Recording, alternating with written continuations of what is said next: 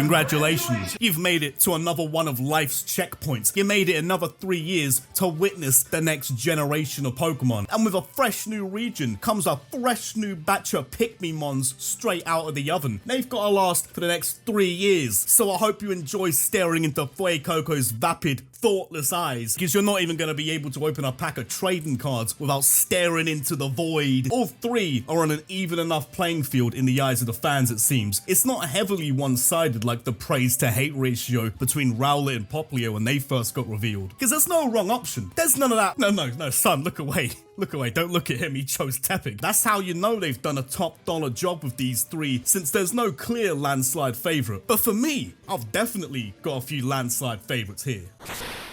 We all knew there'd have to be at least one who'd have a rough set of teenage years with the middle stage. It was just a complete gamble as to which one he is it was gonna be. All three appeared like very botchable design jobs if they decided to take them in the wrong direction. The chances were split three-way. Your best bet would be to consult the mystery box. Now that the lights are on, the entire Paldean Pokedex exposed to the harsh judgment of the general public, I've no clue how Quackswell wouldn't be the most roast-worthy for everyone. I mean that in a literal sense also. Duck is a very tasty meat, and I would feel the least amount of guilt ordering it from a Chinese knowing that it was the meat off a Quackswell. Any of the other two forms, I feel a bit off-put by. That's a bit out of order now for Quaxley and Quavo. Come now, have a bit of a heart. They have friends, family, a successful dancing career. They would be missed. But Quackswell, you don't have any of those with Quackswell. Duck meat with no emotional baggage, looking like this and constantly looking at you like that with them piss off eyes. Willingly or not, it goes in a social drought between the levels of 16 to 36. I think there's your problem with Quackswell. You got him switched to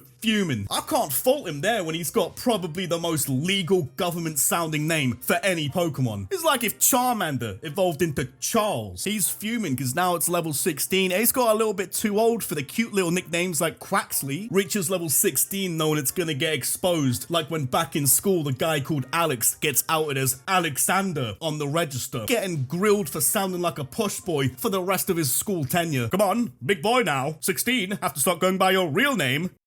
Quackswell, the practicing Pokemon. Yeah, can all tell you're still in training, practicing how to throw a kick. Should get back to practicing knowing when to use Curaga on me when we're fighting Organization 13. We all knew looking at the trio, it's gonna be one of yous. One of yous is getting chucked in the anthropomorphizer, like a reverse Eggman, who instead of roboticizing animals, decided to make Sonic even more friends. All of our guts were telling us that Spriggato definitely wasn't staying as a four-wheeler for too long now. I was hoping it'd stay more like the cat, but why even hope? Why are we playing ourselves for like that? We all knew this cat would be standing on two legs after 2 hours of game time, walking about like it's about to break out into song and pays capital gains tax. All that being said though, as far as middle stages go, it's actually really solid, I would say. I appreciate them playing it safe for a middle stage. For a good half of them, it's as if they want you to on-site slot 20 rare candies straight down the walking urethra that is combustion. Florigato looks like the natural progression without having to consult the in-between frames to an Animorph cover. The standing up part I think is justified here for what it is, especially when it's potentially a wee bit Puss in Boots inspired. That just means we're one step closer to having a big mean ogre in the Pokemon realm. A big greasy ogre. He'd have one eye and the kids could call him Hoju before immediately being scrammed, of course. Naturally, the ogre Pokemon would exist in the food chain to consume baby Pokemon. So I was on that majority side who wanted Spriggato to go more feline, like a full-on tiger or a lynx, but I can't complain too much at the creativity of the magician masquerade baller gimmick. The gap between how much I like the concept compared to the execution, it's not a huge gap. It's not an Intellion spy concept compared to Intellion's design situation, but it's definitely struggling with how good Paldea's 9 are, because when the rest are so good, it gives off that same indifferent energy as Delphox. It's like if Delphox were a version exclusive, this would be what you get in the other version. I just don't rate it as much as the others, which I think is fair. It's just one of them for me. Don't know. Conceptually, it's all great. Even in practice, I'd say it works well. Just one of them persistent magicians who always wants to show off tricks you've seen 100 times already, like, come on, pick a card, come on, you can trust me, any card, come on. Oh, Meowscarada, you do this one all the time. I know how it goes. Oh, I'm doing it this is the last time I'm doing it, alright? But this better be you guessing the card I pull. Because I swear down, if it's another bomb, you're getting released. I mean it this time. You're getting released. I'll turn this car around, you big cat. I like that Meowscarada uses magic and illusions as a form of combat. But what'd make me love this gimmick is if Meowscarada were just a complete hack at magic. Doesn't know how to do anything. It's just incredibly good at tricking you into thinking you're seeing a magic trick. He's like, look deep into the mirror. What do you see? And then just gives you that Dr. Hibbert right hook. That's how it'd use Sucker Punch if it knows it. The recency bias is still going strong, but I think it's fair to say the entire evolution line for Spriggato suffers from being thrown in a very stacked weight class. The fact that this isn't the landslide favourite from the core 3 just goes to show how stacked the lineup was for Gen 9, because I guarantee if you had one of these bad boys revealed back in any other modern generation, it'd have swept the popularity vote easily. Imagine how one-sided the plushie shelves would have been back in 2010 if you had Spriggato shoulder to shoulder with Oshawott and Tepig. They'd be shipping all the other 2 plushies off to Africa like they lost a Super Bowl. Having a cute, marketable design for the second most domesticated creature on the market is just a cheat code. It hits too close to home. You can't go wrong. Should be a fast track to popularity alone. Spriggato may just be the most unevolved starter Pokemon going. People are gonna want to keep it like this when you've designed the most house pet looking starter. Now I love my monsters. Those beefy specimens, those with the bodily proportions of a fridge and the capability to clear out a fridge. But no matter how popular some of them may be, I know they can rarely compete in a popularity contest with your Eevees. Yet Fuego seems to be a bit of a fan favourite from what I can see. Oh, what can I say? The people hunger for meat.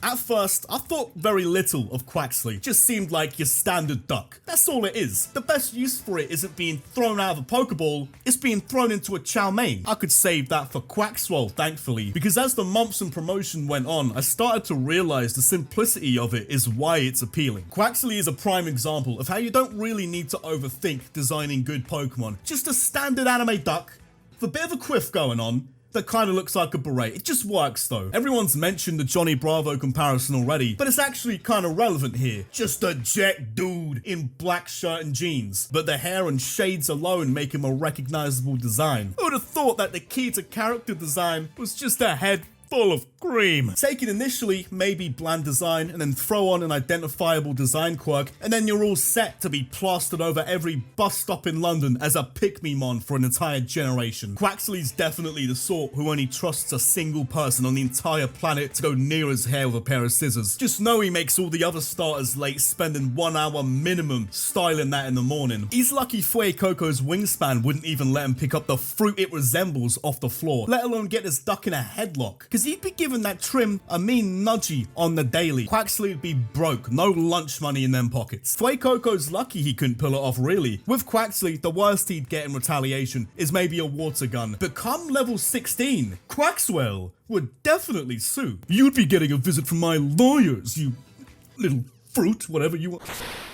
If you chose Quaxley knowing exactly what you were getting yourself into, clearly you're someone who wants to have your cake and eat it too. Can eat your cake off the cake. And that's just the dessert and all. You could polish off a 3-course meal off that back off. People might think Buzzswole or Machamp have backs wide enough to project a movie on. Quavo could mount a 52-inch OLED and leave enough space behind to set the Xbox up. Ironically enough, the one thing many people have wanted their favorite humanoid Pokemon to have an excess of, and even commission, I'm sure, a lot of their net worth towards artists for, makes it look so much less human. Show me any human with a spine built like an acute angle who's still walking unassisted. All that dome it was charging up in the teenage years went straight to the hips. Animation bringing out a lot of the character here thanks to the 3rd dimension. But boy, that thickness ain't too far off cracking into the 4th. It's refreshing to have more martial art Pokemon who look like they follow a daily skincare routine. No bricklayer callous hands for this one. Doesn't have to flex how hard it is to all the other macho fighting types, headbutting walls and drinking cement, just trying to impress all the other dudes. This is what Quavo pretending for. Doesn't have to pretend. He knows he's the hardest one in the room, while also looking the most fresh, comfortable in his own feathers. He's that one guy who dances in the the gym to themselves because they have bulletproof confidence. A master of the martial art disguised as dance. Quavo comes at you doing the robot. It's just giving you a showcase of how you're going to be moving for the rest of your life. Waking up in a hospital bed like, I don't know, he just came from the trees, man. Last thing I saw, he was doing the Macarena.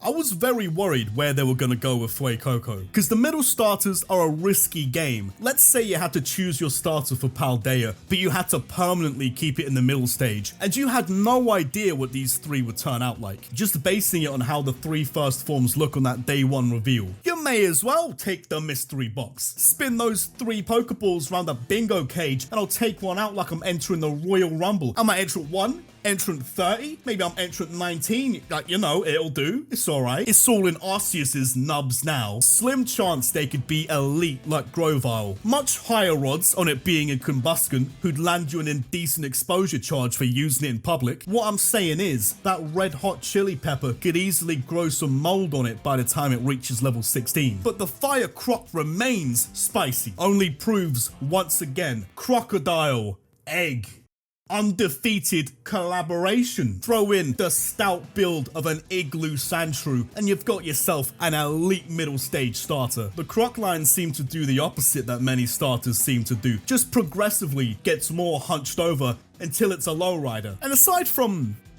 he'd chew up every bit of furniture you own when you leave the house for 5 minutes, and he'd probably slobber a lot too, but I can accept the flaws. How could you not want one of these? He's just so lovable. He's like the most loyal, stocky dog you could find. Any situation, he'd back you. Someone mugging you off, he'd use Incinerate on their wallet. House Invader. Crocodile would catch him stealing like we're under Sharia law. That right hand is gone. Getting made fun of on holiday because you got a bit too sunburned? Oh, everyone calling you Zoidberg? He'd will-o-wisp with a lot of them. If you're Zoidberg, everyone's Zoidberg. Crocodile, ride or die mon. Choosing from the 3 Paldea starters seems to be a very difficult choice for some, but I found the deciding factor to be very simple. I made my decision based on how they would demolish a chicken wing. Quaxley looked a bit too up himself. He'd probably use a knife and fork because he's afraid to get his feathers a bit greasy, and he'd barely get any meat off that bone. Carl Weathers would be getting a mean stew going off the bones Quaxley would leave over. Spriggato would have a few. They'd have a couple, have a wee little nibble, but it's only finger food to them. Just a little bite before the margarita pizza arrives. Fuego rocks up to the table like Bubble Bass rocks up to the Krusty Krab. The mood shifts. The entire kitchen staff prepare for war, because they all know it's a bad day to be a chicken wing. Fuego, absolute scran. He'd be at those wings like he just got out of prison for the first time since 1997. Meat, cartilage, bone, all of yous can get it. No evidence that chicken even existed would remain. Be getting rid of bones like he's Dharma. A Totodile spiritual successor. A red hot chili pepper. Robust 4x4 stature. He's an all-terrain vehicle. The other 2 weren't even in contention to win, cause what an animal we have ourselves here. A chunky crocodile with zero self-restraint towards any food it sees. And how could I commit myself to a starter Pokemon who doesn't love a good scran? As house pets, let's say if you knew someone who had a pet Spriggato, it'd be named something nice like Luna or Nala. And even though you've known the owner for 15 years, you've seen that cat about twice in your life. Absolute mirage of a pet. But you go around your friends who owns Fuego and it's like, yeah, that's Diesel. Don't go near him, it will take your fingers. It's taken many generations, but the fire types are back to being the frontman selection, the top dollar choice once again, because pocket monsters are back on the menu, boys. I don't hate anthropomorphic Pokemon, a lot of great designs come from it. I mean, I can't chat, Blaziken is my favorite fully evolved starter Pokemon, but sometimes you just can't beat the classics. You can't go wrong with a thick, meaty monster of a specimen. The Lucario types, they might be cool to a lot of people, but 9 out of 10 times, I'm choosing the giant fire-breathing alligator that demolish your village and turn you into a main character. I fully expected it to be a monster alligator, but I thought it'd be a fair bit more humanoid in some form. I was thinking more along the lines of Vector, which when it attacks, you know, actually had something there, but it's less like a Sonic Heroes alligator. It's more the kind of alligator that'd fight Happy Gilmore in a lake. And I'm happy it turned out more like my man Chubbs, because unless I'm forgetting, it's the first fully evolved crocodile that stays on all fours. We don't want any confusion now. You don't want another Venusaur situation where something in the design gets lost in translation and you all flip out because it hops around like a frog. Yeah, he's a heavyweight frog or like a toad. How were you expecting it to move quickly? What did you expect? Did you want him to walk back on his 2 feet and go around like, right lad, yeah, I'm Venusaur. My trainer calls me Dave though. Nothing's getting aesthetically lost in translation here though. Jawline this alpha. Every time you throw him out the ball, Bring Me the Horizon plays. Skeleton and dirge, as in a type of hymn you sing for funerals. Now that's a flash steal right there, cause too good to pass up. With his signature move Torch Song, you get killed, a liturgy, and cremated all in one go.